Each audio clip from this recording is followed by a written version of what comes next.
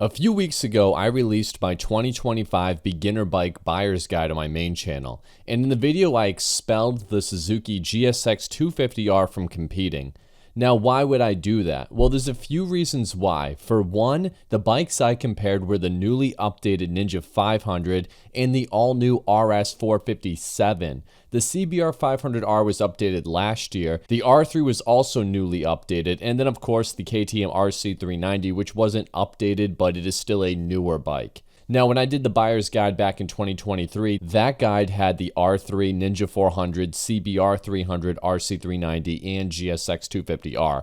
All of those bikes, aside from the RC390 and GSX250R, have been changed, which is why I decided to update my beginner guide video.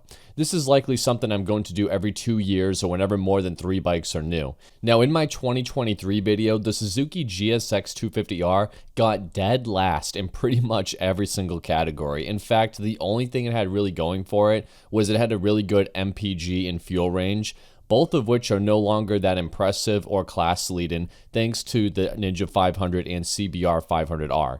For fun, I'm going to quickly rank the Suzuki GSX250R and show you guys just how terrible of a bike it is and why it was dropped from the 2025 competition.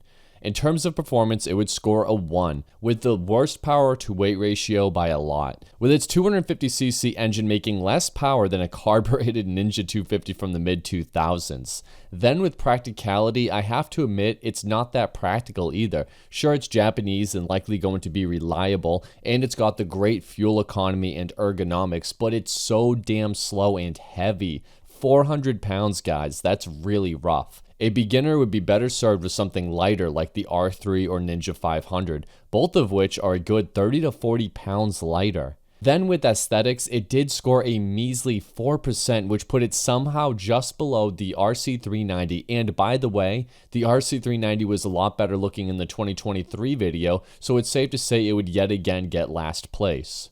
Then we can move on to features, which it has basically nothing, a fuel gauge and not much else. And finally, value. Well, if you want the slowest, ugliest bike that's completely outclassed by nearly everything else, but is the cheapest with the lowest MSRP of just $5,099, then sure, you can argue the Suzuki is okay. I mean, look, the Suzuki GSX250R is extremely slow, but if you're a new rider just trying to learn and plan on upgrading in a year anyway, then why does it matter that it's really so slow? I don't know, if I were spending $5,000 on a bike, I'd rather just spend an extra 10% of that cost of $5,500 and get the R3. The R3 completely outclasses the GSX250R in every single category except for fuel economy, but if fuel economy is so important, then just get the Ninja 500, it's right there for $57.99. And honestly, if you're being so cheap that you really want to save that $800, then I really just recommend buying a used bike at that point. Find a 2024 or 2023 Ninja 400 or R3 or whatever you can get your hands on. Probably get one for around $4,000 and it'll be just as reliable as a new one. The only people buying a Suzuki GSX250R are really stubborn people that have to have a brand new bike and also really want to spend the least amount of money on said brand new bike. And then there's also people that are just Suzuki fanboys and must have a Suzuki but also want a beginner bike. I'm not sure if those people really exist, but I'm sure there's a few of them.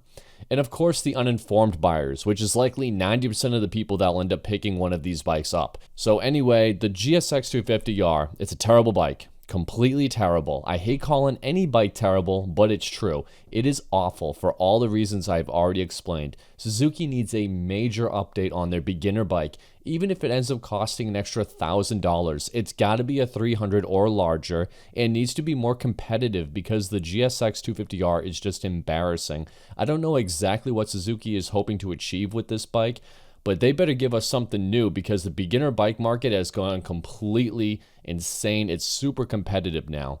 So I hope that answers some questions. I thank you all for watching and I'll see you in the next one. Make sure you subscribe to my main channel. I'm going to be making more buyer's guide videos, so if you guys enjoy those, then definitely subscribe and I will see you all in the next one. Take care and bye-bye.